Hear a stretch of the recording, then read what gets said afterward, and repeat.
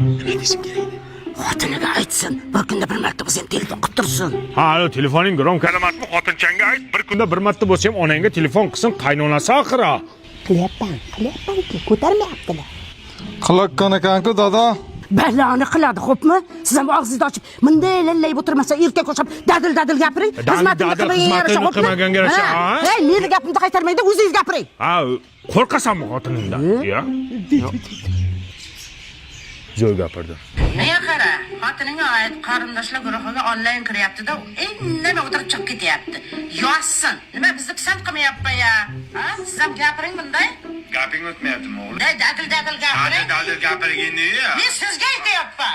Yozsin. Yozsin, tushundingmi? Ey erkak. Qarindoshlar gruppasi nimadir deyormi? Nima deyman, nimani har kuni gaplashyapti, turisham. Xo'p, degan bir marta nimadir deyorgish qarindoshlarimga onasimiz. Ma? Voy, assalomu alaykum, onajon, yaxshimisiz? Bunday tuting, kallam katta ko'rinib ketyapti.